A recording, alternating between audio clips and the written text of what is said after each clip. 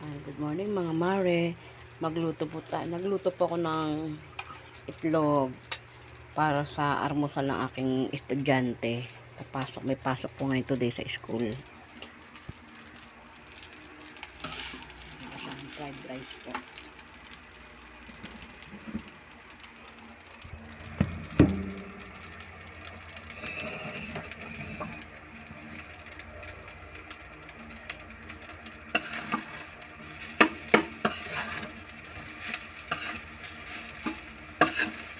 Pasok po kasi ngayon siya ngayon pang umaga.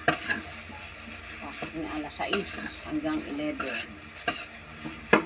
Wala natin nagluto ng pagkain ng aking anak.